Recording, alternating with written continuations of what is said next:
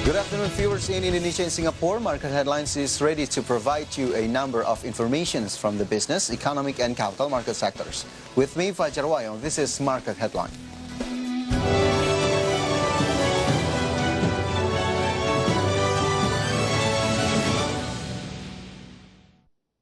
Government makes effort to woo investment from Tesla's Elon Musk, and it goes well. According to Coordinating Minister for Maritime Affairs and Investment, Luhut Binsar Panjaitan, Tesla would send investment proposal to the Indonesian government by this week. The development of electric vehicle project is getting rapid than ever, with plans for electric vehicle companies from the United States, Tesla, which will put big investment in Indonesia. This plan was confirmed by the Coordinating Minister for Maritime and Investment, Luhut Binsar Panjaitan, who said Tesla Incorporated would send investment proposals in soon. According to Luhut, the investment proposal should have come on a Wednesday or Thursday this week. Previously, he admitted to have made 6 video calls with Tesla, and so far the Indonesian government has signed a non-disclosure agreement or NDA with Tesla. NDA is one of the secret agreement. Ya, kita belum tahu berapa besar, tapi yang kami tahu dan sebenarnya kita juga belum bisa mendisclose terlalu detail ke publik. Tapi kami sudah 6 kali ber-fit call dan NDA sudah ditandatangani, dan saya pikir hari ini atau besok kita akan terima proposal dari mereka. From Jakarta, Muhammad Olga for IDX Channel.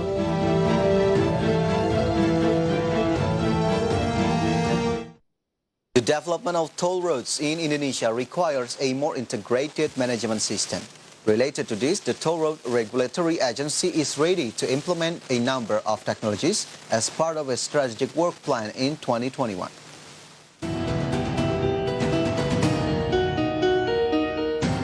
The Ministry of Public Works and Housing, through the Toll Road Regulatory Agency, has recorded that by the end of 2020, government has operated 2,345 kilometers of toll roads. In addition, government plans to add more 2,500 kilometers of toll road from 2019 to 2024. It is expected that the length of toll roads will reach 4,500 kilometers, with daily transactions targeting of reaching 7 billion transactions every day in 2024. Back then, in 2020, daily transactions were only 3.4 million, and the number decreased by 26% compared to 2019 due to the pandemic. Head of Toll Road Regulatory Agency, Dana Parikesit, said that government is transforming transaction system that has been started since 2017, one of which is the MLFF, or multi-lane free flow, which starts in late 2021, so that in the future there will be no toll booths on the toll roads users, but it will be connected by satellite for toll road payment processing. Not only multi-lane free flow, intelligent toll road system or ITR techniques will be applied as well. ITR technology will be used for heavy vehicles so that they are able to weigh and measure the dimension of the heavy vehicle. Ada 4 informasi teknologi yang akan kita mulai di tahun 2021 ini. Yang pertama, seperti yang banyak diketahui dan diberitakan tadi Pak Endra juga sudah menyampaikan, itu adalah multi-lane free flow, yang itu memberikan manfaat user experience yang lebih tinggi, di mana para pengguna jalan tidak lagi harus melakukan tapping di gate, di gerbang, dan dia menggunakan sensor yang disepakati adalah menggunakan teknologi GNSS, Global Navigation Satellite System, untuk mengenali kendaraan dan mengidentifikasi kendaraan tersebut, sehingga transaksi yang dilakukan itu bisa dilakukan dengan menggunakan sensor. Ini beberapa contoh gambar yang bisa menunjukkan bagaimana sistem tersebut bekerja. So that they are able to weigh and measure the dimensions of a heavy vehicle automatically using the technology of WIM, or Weigh in Motion. This will be applied in early 2023. Besides that, Dana also mentioned that this year government will conduct technology identification tests to trace holes and cracked roads on the toll roads. From Jakarta, Adi Firmansyah, IDX Channel.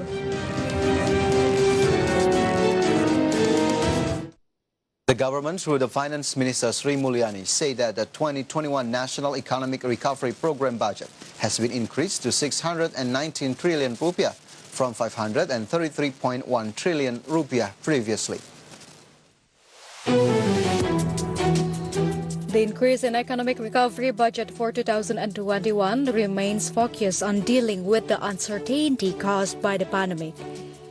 In addition, the Ministry of Finance also revealed that this economic recovery program will provide tax incentives for business world of around 42 trillion rupiah. Minister of Finance explained that the government will allocate a budget in the health sector of 104.7 trillion rupiah, which is used for vaccinations programs, medical facilities, infrastructure, treatment claim cost, incentive for health workers and death benefits, as well as BPJS contributions assistance. In fact, last night we just discussed with the coordinating minister and other ministers that this number will be increased at the level of 619 trillion. This is the economic recovery package that is going to consist of health, which is going to reach the amount of 104 trillion, including for the vaccination. And then social protection, 150 trillion, priority program, 141 trillion, and support. Meanwhile, the social protections budget of 150.96 trillion rupiah for the Family Hope program for 10 million beneficiary families, basic food cards, pre-employment cards, village fund direct cash assistance, cash social assistance for 10 million beneficiaries, internet quota subsidy, and also electricity discount. The government also allocated a budget to support small businesses and corporate financing of 156.06 trillion rupiah. From Jakarta, Rahajo Pakmo for IDX Channel.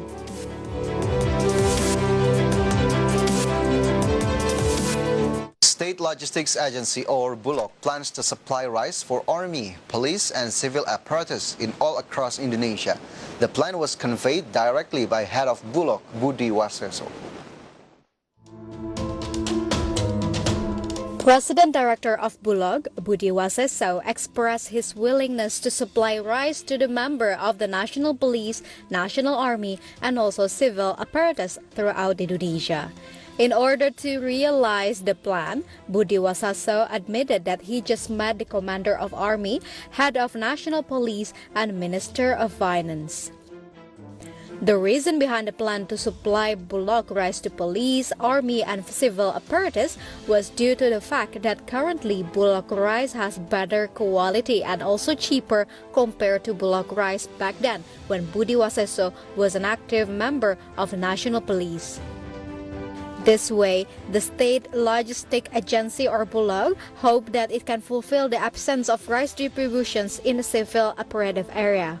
Saya melalui Pak Kapolri, melalui Panglima TNI, ya, melalui Menteri Dalam Negeri, termasuk Menteri Keuangan, saya ingin kembali ya untuk kepentingan negara bangsa ini, saya ingin tetap bisa kembali Bulog itu mensuplai pangan khususnya beras kepada TNI, Polri dan ASN seluruh Indonesia, ya, dengan produksi beras dalam negeri. Tadi jaminan saya harganya murah, kualitasnya premium, karena kita sudah olah sendiri. This way, the State Logistic Agency or Bulog hopes that it can fulfill the absence of rice distributions in civil apparatus area. From Jakarta, Ricky Anwardi for IDX Channel.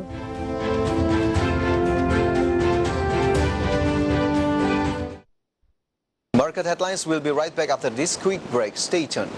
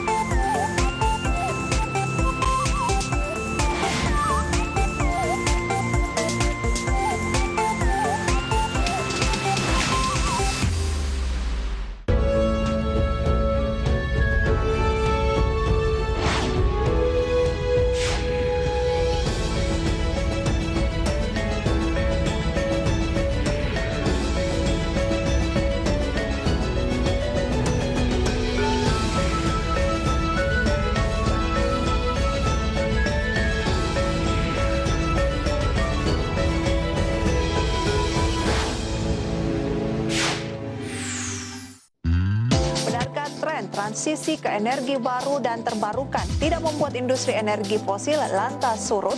Seperti apa dampaknya terhadap sektor migas? Turunnya atau rendahnya harga minyak dan gas yang sangat drastis turunnya, adanya pandemi yang membuat terbatasnya pergerakan.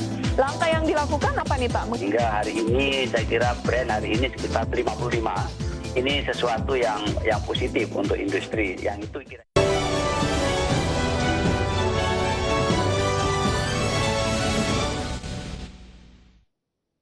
Welcome back on Market Headlines. Saudi Arabia issued a temporary ban on flights from 20 countries, including Indonesia, which was effective from February 3, 2021. The Indonesian ambassador to Saudi Arabia confirmed that this ban was related to the development of the COVID-19 pandemic in Saudi Arabia and globally. The Saudi Arabian government issued a temporary ban on flights from 20 countries, including Indonesia. The ban has been effective starting February 3, 2021. There are several exceptions to this ban, namely citizens of Saudi Arabia who are returning to Saudi Arabia, diplomats, health workers, and their families. This is not the first time. Previously, Saudi Arabia had closed flights to the country in December 2020. However, flights reopened on January 3, 2021. The opening was stated in a circular issued by the Saudi Arabian Civil Aviation Authority. Then, regarding this ban, the Indonesian ambassador to Saudi Arabia, Agus Maftu Abe Gabriel, said that the ban was related to the conditions of the COVID-19 pandemic. Regarding the time period, Agus does not know how long the ban will take effect. Meanwhile, head of the Umrah division of the Muslim Association for Organizing Hajj and Umrah of Indonesia, or AMFURI, Zaki Zakaria Ansari, stated that this ban is certain to delay the departure of Umrah from Indonesia. This is of course very unfortunate, considering that the organizers of Umrah trips in Indonesia are actively preparing for Umrah departures after Saudi Arabia issued a new requirement for Umrah pilgrims, which increases the age limit for pilgrims to 60 years. From all sources, for IDX Channel. Yes, viewers, again, Saudi Arabian government issued a temporary ban to enter the country. In the latest ban, the kingdom bans entry for 20 countries. So which countries are included in the ban and what the impact for this ban for Indonesia? Let's review it in the following graphics. In the first graphic, we can see list of countries prohibited from entering Saudi Arabia. UK, Turkey, South Africa, Sweden, Switzerland, France, Lebanon, Egypt, India, and Japan, and also Indonesia, Argentina, United Arab Emirates, Germany, United States, Ireland, Italy, Pakistan, Brazil, and Portugal. The Ministry of Health of Saudi Arabia say that the reason why 20 countries were not allowed to enter Saudi Arabia was due to the increasing number of positive cases of the coronavirus in Saudi. It was stated that confirmed positive cases of COVID-19 had increased to reach 310 new cases and 4 people died.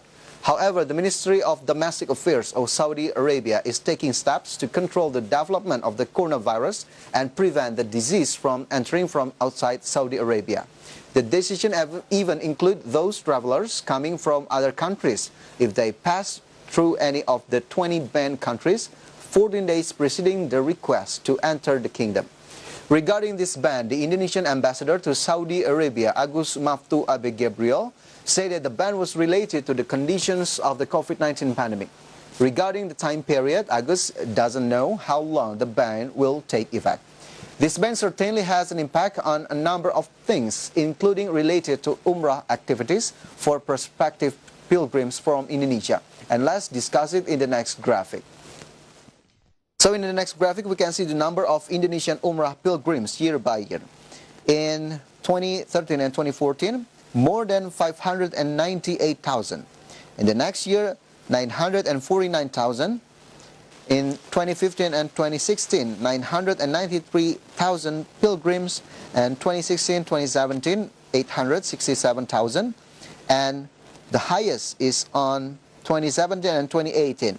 1,005,000 Indonesian Umrah pilgrims.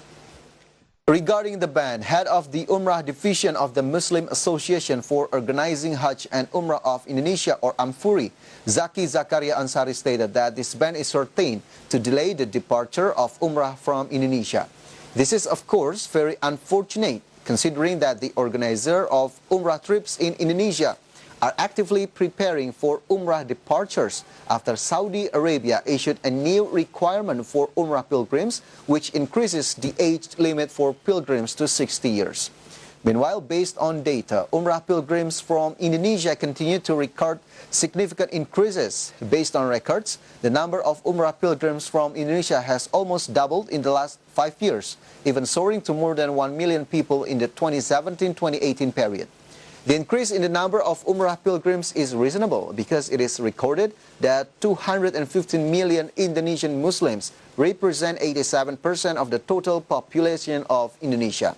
With Umrah and Hajj activities disrupted due to the pandemic, how much is the income from Umrah and Hajj contribute to Saudi Arabia? We'll check the data in the next graphic.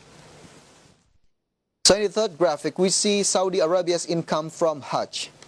Average Hajj pilgrims each year, 2.5 million people. In 2019, total Hajj and Umrah pilgrims reached 19 million. While direct income from Hajj only, $12 billion. And the biggest income contributor from Hajj in 2017, Indonesia on the first place with $940 million, and India on the second place with contribution of $733 million. And the direct income from Hajj, not including income from Umrah and indirect income from the circulation of the pilgrims spending money. Although Saudi Arabia's main source of foreign exchange comes from oil, the income from Hajj and Umrah cannot be underestimated. This amounts to 20% of the total GDP of Saudi Arabia.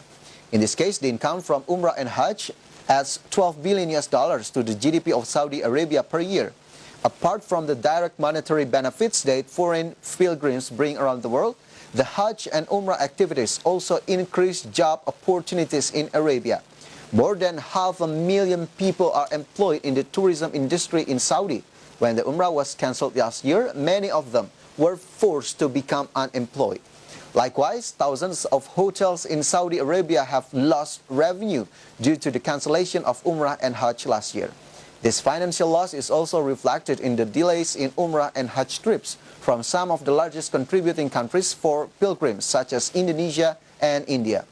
Although the Umrah trip has been delayed again as information for prospective pilgrims, the government of Saudi Arabia has provided a number of requirements related to the implementation of Umrah in the midst of the COVID-19 pandemic. So what are the requirements? We'll see it in the next graphic.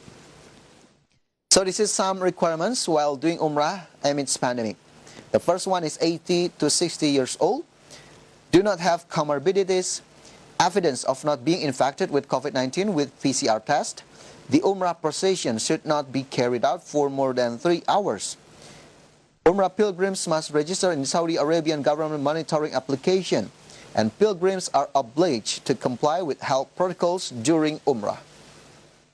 Of the money requirements, the most important point is that Umrah pilgrims must always obey the health protocols and regulation issued by the Saudi Arabian government, so that the pilgrim health is maintained and also not contracting or transmitting COVID-19 while in Saudi Arabia. Meanwhile, despite regretting this latest ban, Umrah travel entrepreneurs in Indonesia stated that they still support the decision of the Saudi Arabian government, which is of course expected to have a good impact on everyone, so that Umrah trips can be reopened. Because we know since the pandemic hit, Umrah travel businesses have been the most affected party, and it has even been almost 1 year that this business has experienced ups and downs. For this, they hope that the Indonesian government will continue to pay attention to prevent business closures, layoffs, and other domino effects. And hopefully, viewers, all parties can accept this decision gracefully, and we hope that the pandemic will end soon and everything can go on as before. Stay tuned on us. Market Headlines will be right back after this quick break.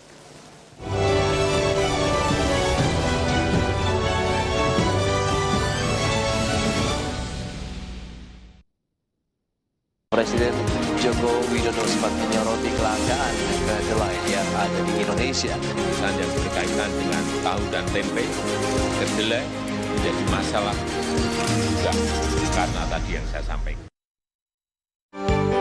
Saya Prisa Samodatu membawakan program berita News Screen yang menghadirkan informasi seputar ekonomi maupun juga bisnis dari dalam negeri.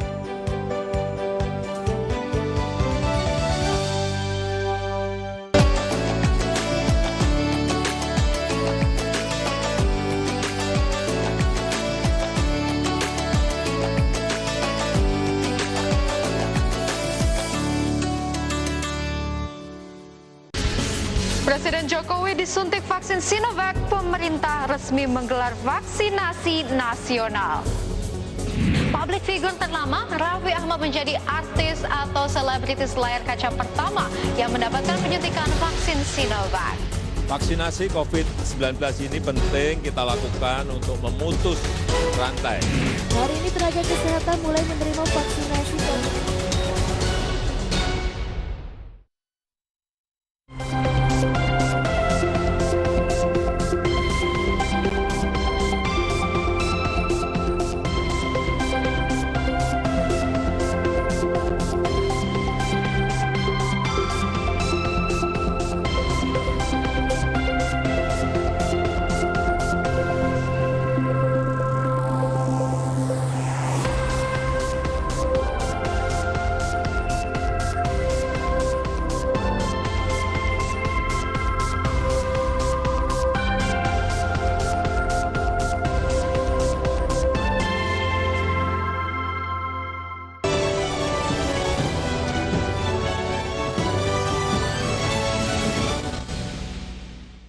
Welcome back on Market Headline. At the Jakarta Composite Index intraday movement earlier today, JCI was open at the level of 6,111.76 and then approaching the closing time on the first session. The index was on the level of 6,115.79.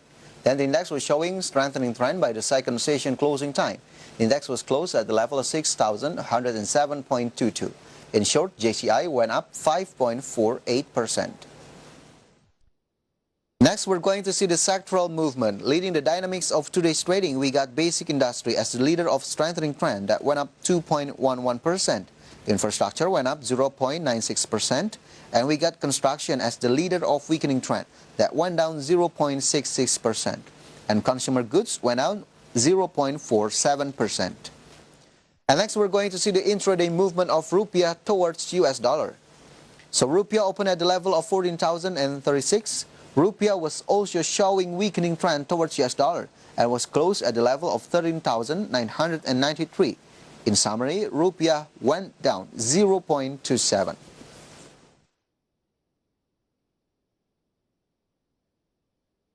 The SOE ministry revealed that Telkom Indonesia would spin off several of its subsidiaries in the infrastructure sector through the capital market. This spin-off will be carried out by conducting IPO on the Indonesia Stock Exchange.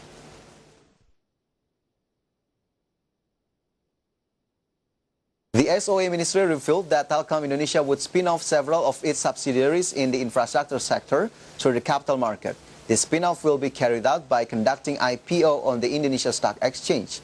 Telkom's subsidiary in the infrastructure sector will conduct an IPO and will be offered to global investors through the Indonesia Investment Authority or sovereign wealth fund formed by the government. The Ministry of SOE continued. Currently, Telkom is conducting corporate restructuring, in which the ministry will spin off several telecommunications infrastructure companies into several different listed companies. Take, for example, a tower company in the future. It could also be infrared, which consists of fiber and 5G. In addition to investing through companies that will conduct IPOs, investment initiatives between INA and Telkom will also be carried out by developing digital infrastructure businesses as well as consumer businesses. Mineral mining company Vale Indonesia announced that it had produced 72,237 metric tons of nickel in matte in 2020. This amount is 2% higher than production realization in 2019. Mineral mining company Vale Indonesia announced that it had produced 72,237 metric tons of nickel in matte in 2020. This amount is 2% higher than production realization in 2019. Meanwhile, Vale's production of nickel in matte, especially in the fourth quarter of 2020, was recorded at 16,445 metric tons. This figure is 16% lower than the realization of production in the third quarter of 2020 of 19,477 metric tons. CEO and President Director of Vale Indonesia, Nico Kanter, expressed his pride and gratitude for the company's achievement last year. He said that it cannot be separated from the performance improvement efforts made by the employees of the company. For the record, until the third quarter of 2020, Vale Indonesia's revenue increased 12.7% year-on-year to $571.02 million. Meanwhile, the company's net profit skyrocketed to $76.64 million in the same period. From all sources for IDX Channel. From market condition, as coronavirus pandemic takes big role on current economic situation, here it is an update data about coronavirus globally.